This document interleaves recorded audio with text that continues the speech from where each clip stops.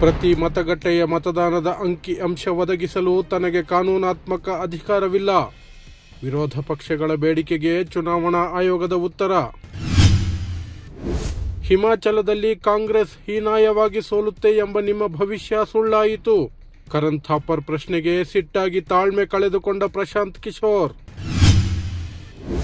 ವೈದ್ಯಗೆ ಕಿರುಕುಳ ನೀಡಿದ ಅಧಿಕಾರಿ ಬಂಧಿಸಲು ಆಸ್ಪತ್ರೆ ವಾರ್ಡ್ನೊಳಕ್ಕೆ ಕಾರು ನುಗ್ಗಿಸಿದ ಪೊಲೀಸರು.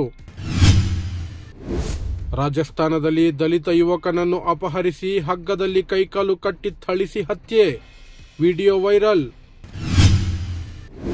ಬೆಳಗಾವಿಯ ಜಾತ್ರೆಯಲ್ಲಿ ಪ್ರಸಾದ ಸೇವಿಸಿ 128 ಜನರು ಅಸ್ವಸ್ಥ, 5 ಸ್ಥಿತಿ ಗಂಭೀರ.